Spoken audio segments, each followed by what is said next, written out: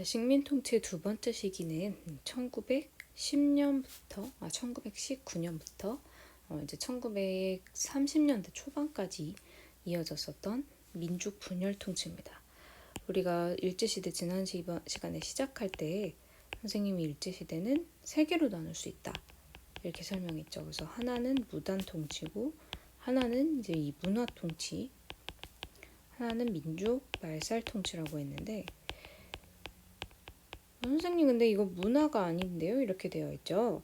근데 이 문화 통치가 실제로 문화적이지 않기 때문에 우리나라 사람들 입장에서는 이런 이름으로 불러주는 게 맞아요. 그래서 당시에 1919년 9월에 보면은 이름이 사이토죠. 사이토 마코토가 조선인의 행복을 위해서 노력을 하겠다. 그리고 정치 문화를 발달시키겠다. 정치 사회상 내지인 일본인과 조선인을 똑같이 취급하겠다. 이렇게 좋은 발표를 했는데 우리가 이 정책에 숨어 있었던 실상은 어떤지를 한번 찾아보는 거예요. 자, 그러면 이거는 이제 학습지에 선생님이 표로 정리가 잘 되어 있는 부분을 좀 보여드릴게요. 일단 사이토 마코토가 발표한 문화 통치, 즉 조선인을 문화적으로 다스리겠다라고 발표를 한 시정 방침에 따르면 요거는 이제 정부에서 발표한 거예요. 그러니까 표면이죠. 그리고 겉으로 보이는 거죠. 겉으로는 뭐라고 했냐면 사람들이 군인 출신 너무 싫어요. 너무 딱딱하고, 그리고 우리는 범죄자가 아닌데 우리를 범죄자 취급하는 것 같아요. 기분 나빠요. 라고 한 거에 대해서. 그리고 이제 헌병경찰, 선생님 이거 되게 과잉이라고 했잖아요. 그래서 군인의 범죄를 탄압하는 주로 헌병경찰을 일상생활에서 없애주세요. 보통경찰로 바꿔주세요. 그리고 조선인들의 정치에 참여할 수 있는 권리를 허용해주세요. 그거 다 들어주겠다. 그래서 일본이 이제 지금 다 발표를 한 거예요. 그리고 심지어 너희 하고 싶은 말 그동안 많았었지? 하면서 이제 신문이나 책도 내도 좋다. 그리고 너네 원하는 대로 조선인도 고등교육을 받을 수 있게 해주겠다. 이런 발표들을 한 겁니다. 그럼 겉으로 봤을 땐 지금 되게 좋아야 되잖아요. 그죠? 우리가 알고 있는 조선일보, 동아일보라는 신문도 이때 실제로 생겼고요. 자, 그런데 겉으로 이렇게 발표한 것과 실제로 운영이 되는 모습을 비교해서 살펴보면 일본이 얼마나 이제 우리를 뒤에서 비웃었는지, 그리고 기만했는지, 이거 약간 뒤통수를 치는 그런 느낌이에요. 그래서 보시면, 자, 법은 어땠어? 법은 농간 총독도 임명이 가능하다고 했어. 하지만 실제로 한 명도 오지 않았어요. 이건 법만 바꿔놓고 그 법을 따르지 않은 거죠. 왜냐면 여기 나오는 도라고 하는 문구가 문제인 거죠. 도니까 여전히 무관도 올 수 있다는 얘기잖아요. 그래서 36년간 계속해서 군인 출신 총독만 왔습니다. 자, 두 번째. 경찰이 일반 경찰로 바뀌었어요. 네, 이거 자체는 바뀌긴 했는데 당시에 이제 이걸 조사해 본 표를 보시면 경찰 관서와 그다음에 경찰 수가 어떻게 돼 있어요? 3배 이상 증가했죠. 굉장히 이거는 경찰 규모는 어떻게 된 거예요? 경찰 자체 그다음에 우리나라 사람들을 감시하려는 힘은 더 키운 겁니다. 자, 그리고 이런 거를 설치를 해줬었거든요. 근데 얘네가 의결권이 없어요. 중추원이랑 똑같죠. 그래서 실제로는 힘이 없는 그래서 조선인이 정치 참여를 할 수 있다? 아니고요. 그리고 이제 자, 신문이 발행이 된 건 맞아. 그래서 신문사를 막 세웠어, 조선 사람들이. 근데 이 기사가 나가기 전에 총독부가 다 읽어봐요. 그런 다음에 너 이거 총독부 약간 욕하는 것 같은데 이 부분 지워. 아니면 여기는 수정해. 말 안 들을 거야? 그러면 영업 정지야. 그래도 안 들어? 그러면 신문사 없애버릴 거야. 이런 식으로 협박을 하게 되니까 일본의 입맛에 맞는, 자연스럽게, 그죠? 일본 친화적인 기사만 실을 수밖에 없게 될 겁니다. 그렇지 않으면 신문사를 아예 운영을 못하니까요. 그래서 있으나 마나한 그런 언론이 되고요. 자, 그 다음에 학교. 사람들이 굉장히 대학교도 가고 싶어 했고, 그리고 좀 고등교육도 받고 싶어 했다 그랬죠. 근데 학교의 수 자체가 많이 늘어나지 않았고, 그 다음에 굉장히 등록금이 비쌌습니다. 조선인들한테는. 그러다 보니까 실제로는 가기가 어려웠던 거죠. 마치 우리 조선시대 때 양인들은 과거 시험 볼 수 있었지만 실제 합격하는 사람들 보면 다 양반인 것처럼, 그래서 실제 운영과 좀 거리가 있었습니다.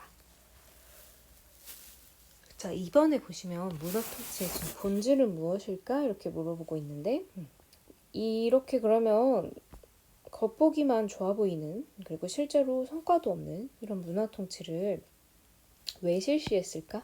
라는 의도, 일본의 의도라는 거죠.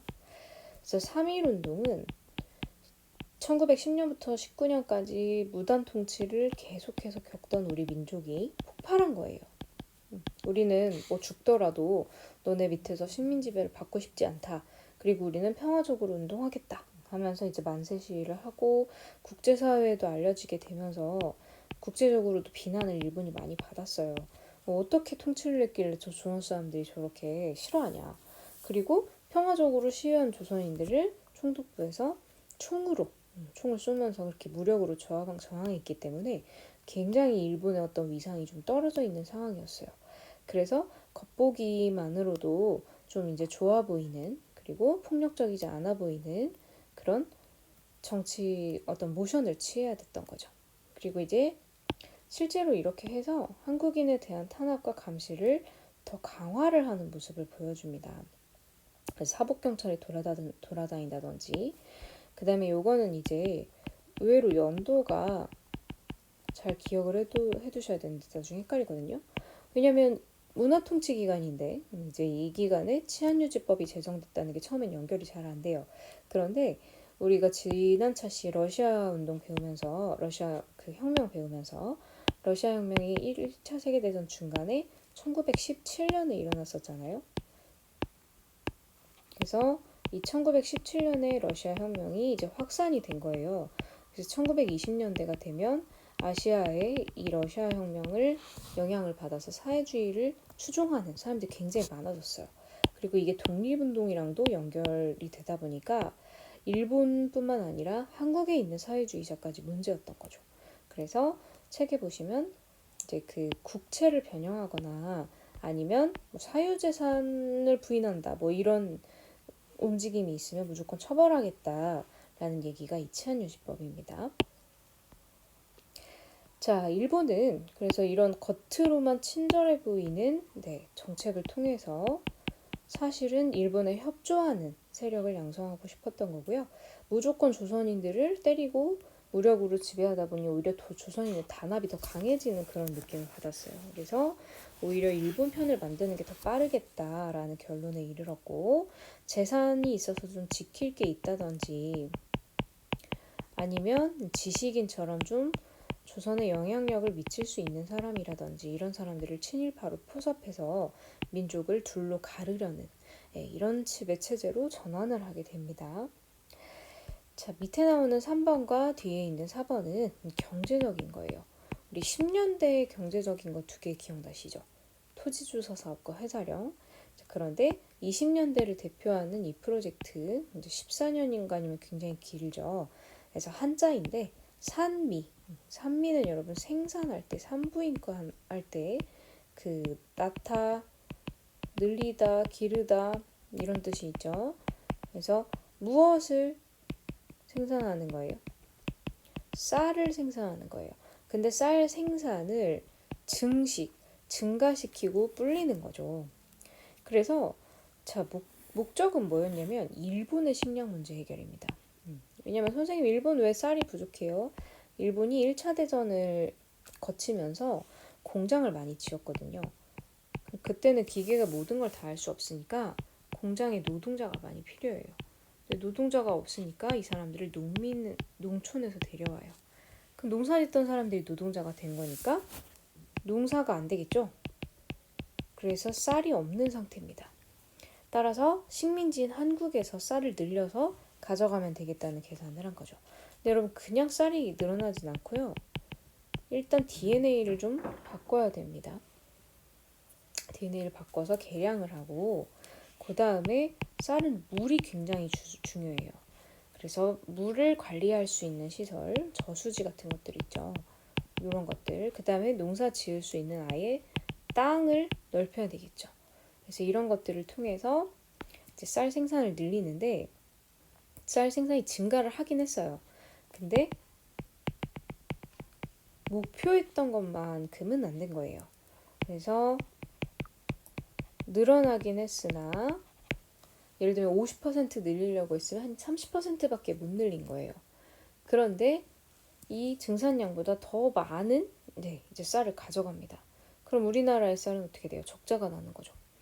그래서 한국의 식량 사정이 너무 악화돼가지고 사람들이 굶어 죽어가니까 그럼 식민지에서 세금이 또 안 거치면 큰일이잖아요.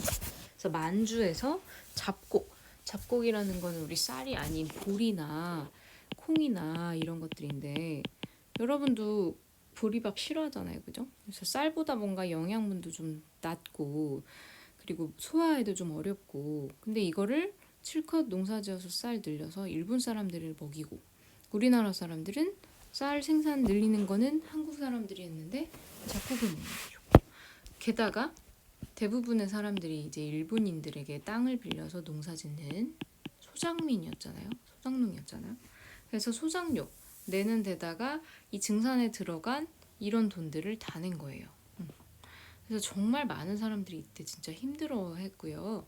그리고 그나마 조금 남아있던 사람들 소장 그 자영농까지 다 몰락하게 되면서 아예 해외로 떠나는 사람들이 늘어나게 됐습니다.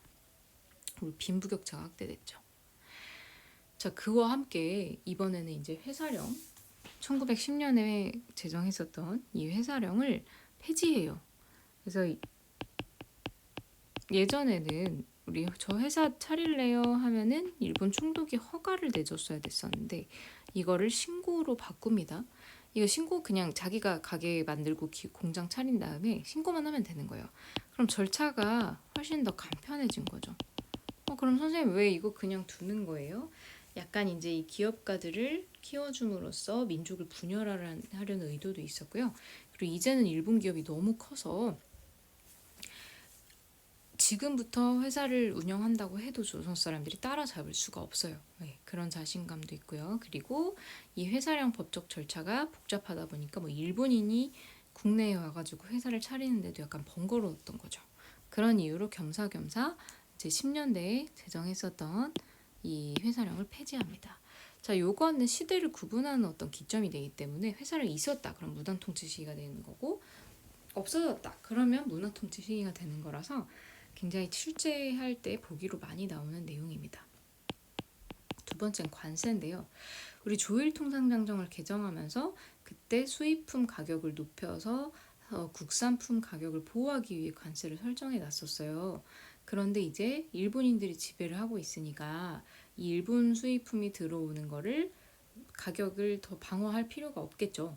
그래서 관세를 폐지해버리면서 한국인 소유의 기업들이 굉장히 큰 타격을 받게 됩니다. 경쟁력이 떨어지잖아요. 가격 경쟁력이. 그렇죠? 그 다음에 이 시대에 여러분 굉장히 크게 성장하는 기업 중에 미쓰이, 미쓰비시라고 했나? 너무 진하게 표시했네요. 미쓰이는 지금도 일본에서 삼성급의 그런 회사입니다. 미쓰비시도 마찬가지죠. 미쓰비시는 엘리베이터 회사로 유명한데 정말 둘 다 이제 미쓰이 같은 경우는 막 펜부터 시작해서 정말 빌딩까지 만드는 그런 회사입니다. 근데 이 시기에 재벌로 성장할 수 있었죠. 그래서 일본 재벌이라고 기억을 하시면 될 것 같고요. 이런 재벌 기업들이 우리나라에 와서 싼 노동력과 자원을 차용을 하게 됩니다. 자, 아래 표들은 이제 이 문화통치의 실상을 보여준 자료들이니까 한번 읽어보세요.